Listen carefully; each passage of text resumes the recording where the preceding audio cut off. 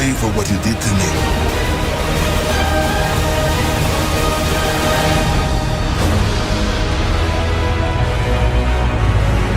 Hello everyone, this is Chris Chitwa again, coming at y'all with another movie review. And right now I'm going to give y'all my spoiler review for Pirates of the Caribbean, Dead Men Tell No Tales. As a huge fan of the Pirates series, there's no way I was going to miss an opportunity to talk about this movie in depth. So I'd recommend this video for anyone who has seen the movie and want to see what I thought of certain scenes and how things are going to play out into the future of the series. And if you haven't seen the movie, go out and see it and then come watch this review, because you definitely don't want to be spoiled for some of the surprises that are in this movie. So you've been warned. So anyways, let's get started right now. The men on that ship are looking for Jack, so I'm going to swim for it. Karina, stop that. No, don't stop that. This has gone far enough. No, it has not. I saw her ankles. You'd have seen a lot more if you kept your cake holes shut. So obviously the major thing in this movie, in terms of a returning element, is the Will Turner storyline. But I'm going to save talking about that for later on, because that plays into a larger discussion I want to have towards the end of this video. But let's talk about something else, something that was also a huge element and surprise in this movie. And that is the fact that old Captain Barbossa having a daughter. That daughter ended up being Karina Smith.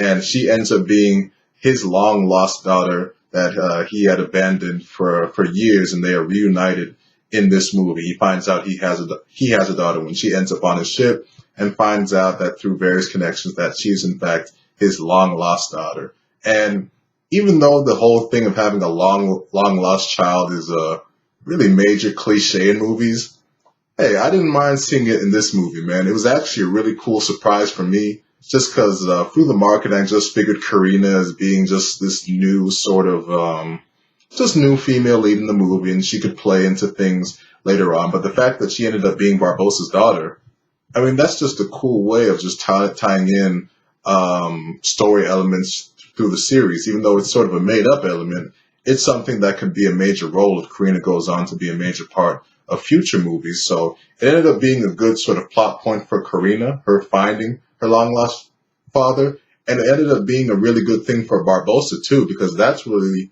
some emotional weight that we have not seen from Barbossa in these movies. I mean, Barbossa has had a really cool character progression in these movies. I'm amazed that he started off being the main villain, the one who wanted to just flat out kill Jack, Will, and Elizabeth, and ended up becoming Jack's ally throughout part 3 and part 4.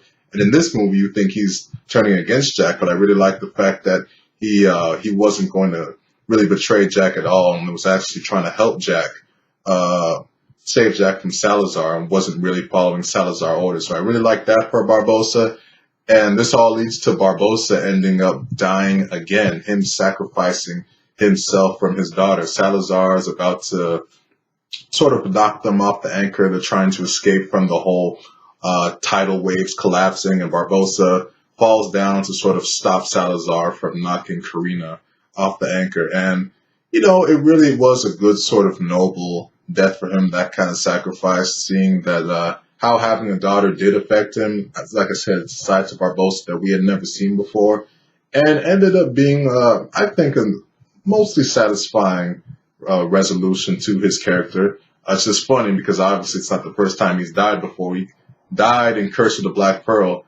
Even that was sort of a sympathetic death, because in the end, in that movie, he was just trying to remove a curse that had been torturing him from years. Yeah, he was immortal, but the fact was he was starving just because of the curse. He couldn't eat or drink, so he had gone freaking years just starving to death and unable to die. But in this movie, the death is definitely also sort of sympathetic. So overall, just brings Barbossa. He's kind of really just a really cool character, and his conclusion in this movie was well earned, and I'll miss seeing him in these films for sure. Another element that let's talk about, part 2 of this right now, is Jack Sparrow's flashback, because that was actually a major highlight for me. Obviously, we saw it in the trailers, but it was really cool seeing this sequence, because there has been some Jack Sparrow, a young Jack Sparrow fiction that has been shown in like a few books and whatnot. But this is obviously the first time us seeing it in a movie, and we got to see it, a little bit of it in the previews for the trailers. this ended up being a really, really cool sequence of him sort of outsmarting Salazar. And actually, I thought this was, Jack has a lot of good moments in his movies, but this flashback was a really good one in general. And I liked how it showed how this is how he really became the Captain Jack Sparrow. It's just like Indiana Jones and the Last Crusade. The opening of that movie shows how Indiana got his whip, got his hat and all that, and really started off being an adventurer. And that's just how it is for the flashback with Jack Sparrow. I really like how at the end, after he saved the crew, they all give him the tributes, which are just items of them saying thank you. And I love how all of them are just the major items of clothing that he's been wearing. He got the little beaded thing that he keeps on his bandana. He got a few more little beads. He got that cloth that he always has by his belt. I think he got maybe like a pistol or something else, just articles of clothing. But obviously the big one was him getting his hat. I wish they showed him putting the hat on, but that was cool. As good as this sequence was, and I should also mention that they did a fantastic job de-aging Johnny Depp to be young Jack Sparrow. It looked fantastic through all of it, all the shots, except one. There was one shot where he was steering the wheel, where it was like, ooh, okay, that doesn't look like very good. That looked like that shot reminded me of Tarkin from Rogue One, where it's like, that doesn't really look very good. But everything else, those shots looked great. But as I mentioned, as cool as this whole sequence was, it did raise a major sort of continuity issue, which was Jack Sparrow getting the compass from the dying captain. If you're familiar with most of the details from the first three movies, is that Jack Sparrow, he got the compass, according to the movies, he got the compass from Tia Dalma. In Dead Man's Chest, the second movie, when they're in the shack, Tia Dalma, she says, the compass you bought it for me, it cannot lead you to this, in that sort of crazy-ass Jamaican woman accent. But yeah, that scene implies that he's the one that got the compass from Tia Dalma, which makes sense because Tia Dalma was all up in the voodoo and stuff like that. So it makes sense that he'd be able to get a crazy compass from her.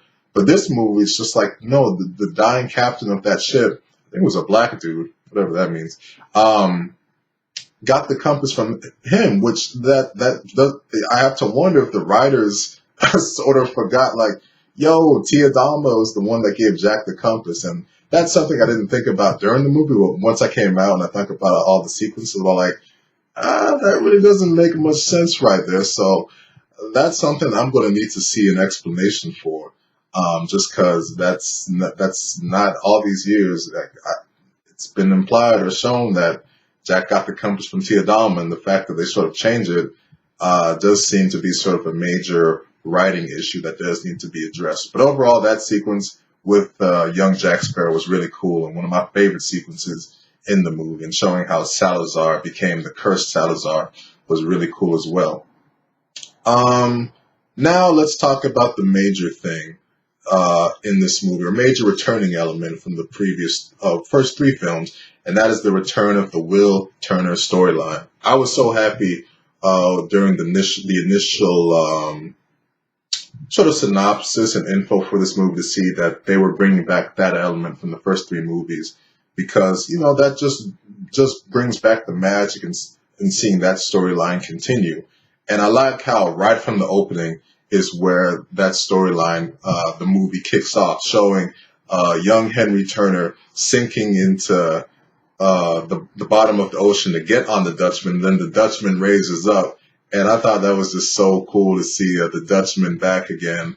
But what was really effective was seeing how the curse was really getting to Will. At the end of At-World's End credit sequence shows 10 years later of Will coming back to visit Elizabeth and young Henry, who I guess was 10 years old at the time. And that shows that, Will, he still has the face, his normal face. He doesn't have the barnacles, and obviously doesn't have the tentacles that Davy Jones grew. But I like how this showed that the curse really is getting to him, and he really was, it was getting to him in a way that he was becoming sort of a sour old man at this point, because he did seem really pissed off that this curse was still on him, and he couldn't go on land, and telling his son that don't bother trying to save me because you're not going to be able to when you should just go home with your mother. And I liked how it's that character development for Will, showing that, yeah, if you're doomed to be cursed on the Flying Dutchman to where you can't go up on land for once every 10 years, that is going to get to you. And it was really effective seeing how those the barnacles was starting to get to his face, because it did make you feel really sort of sorry for him.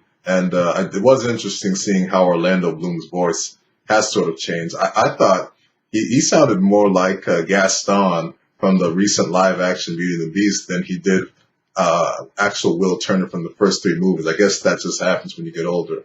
But that was really cool to see. I enjoyed that. But what I what actually just one follow up to that is that I knew that Will was not going to be like a presence throughout the movie, just because that's not, I mean, he's not on the poster, and I just wasn't and from the trailers, I knew he wasn't going to be all throughout the movie, and that ended up being true. He's only in the first scene, and he's at the end scene. But that storyline of bringing him back was a good arc for Henry and motivation for him to seek out Jack Sparrow and try to break the curse. I thought that was a really good plot line, because initially I thought the trident was just for Jack to save his own skin from Salazar. But no, I thought it was really nice that plot point ended up being a way for Will to break his own curse and all curses, and that leads into the ending of the movie, and that all leads to the fantastic scene at the end of the movie where we've got Henry and Karina. They're together again, or they've gotten together. They're a couple now, and Will comes back. He reunites with his son. His curse is now over, and after about a minute later, we get the scene of Elizabeth Swann running up the hill. She's back. And she and Will, they come together again after all these years. And it was so great to see Elizabeth in this, because out of all the elements that they had brought back from the movie, like the crew, Will Turner, just the feel and fun of the first three movies, you had to bring Elizabeth back, especially for what this story was. And even though obviously it's a cameo is basically all it is, that was just so good to see, because Elizabeth, I mean, really, she was the one who had the most character development in those first three movies, from movie 1, 2, and 3. I mean, she goes from freaking the governor's daughter to the freaking pirate king at the end of the third movie.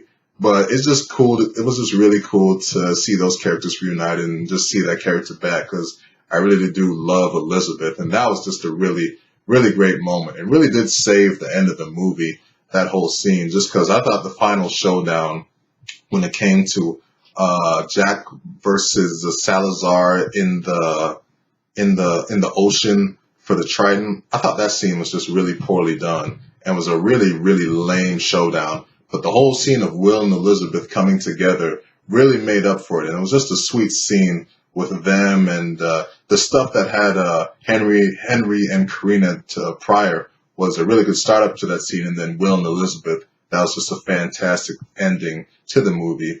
And I really love seeing Jack's reaction to those two kissing. He's all like, what a disgusting display. Almost like, F those two.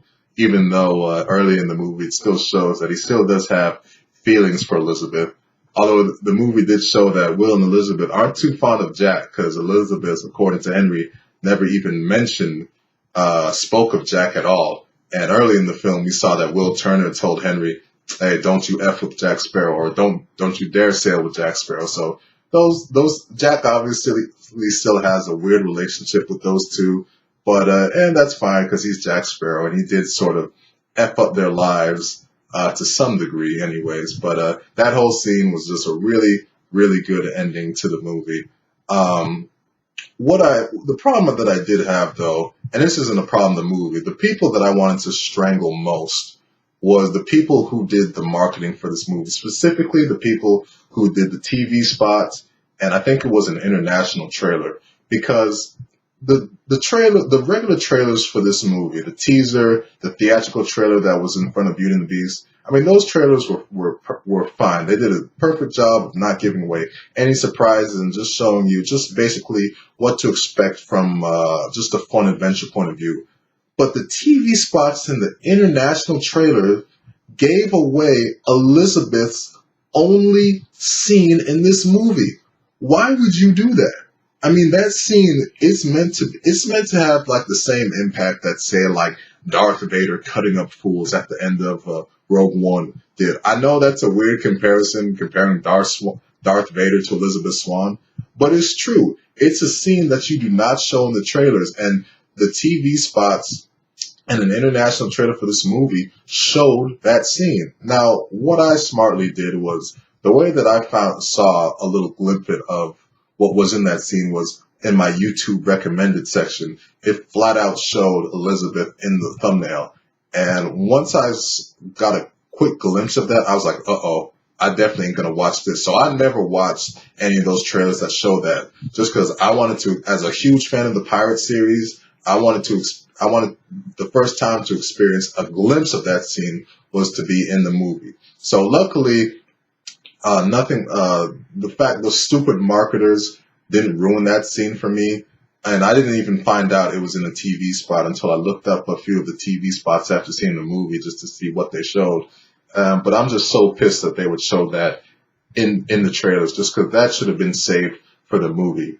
And another thing that I found out that they showed in the TV spots was the scene of the Black Pearl getting restored.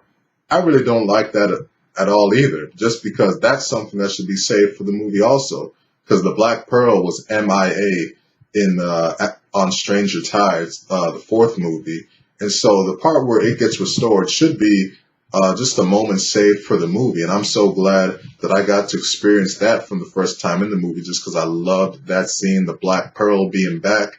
I can't remember what the name of the score was, but it was one of the classic scores from the first four movies. Like I said, I can't remember the name, but that was a fantastic moment, seeing the Black Pearl being restored. As crazy as a comparison as it is, that's the equivalent for me seeing the Millennium Falcon for the first time in The Force Awakens. So I loved that moment. And with the whole ending of the movie, let's talk about the post-credit scene, which is the only real sequel baiting that this movie does. With the scene, Will and Elizabeth are happy again in their bed sleeping, but the door opens, a silhouette comes in, you see that it's Davy Jones. You don't get to see his face or nothing like that, but you do see his claw. It snaps, and then Will Turner, he wakes up, realizes that it was just a dream, and he and Elizabeth go back to bed. Well, Elizabeth doesn't wake up, but Will goes back to bed. But then it cuts down, and then there's barnacles on the floor showing that Davy Jones possibly is back. It's an interesting thing if they want to do, just because that's the only sequel baiting this movie does. And Davy Jones was a fantastic character, a fantastic villain in parts 2 and 3, and just the effects on him were just amazing. And it would be interesting to see him again, even though, I don't know, I feel his story sort of wrapped up nicely in parts 2 and 3, or part 3 anyway. That's where he died. I'm not sure what else you would do with him. That I think that seems just there, just in case they want to do something with a part 6. But for me, as a huge fan of the Pirates movies, specifically the first 3 ones, and I did really like this one, I'd actually be okay if this was the final Pirates movie. The reason why is because I thought it brought really good closure to the main characters in the movie.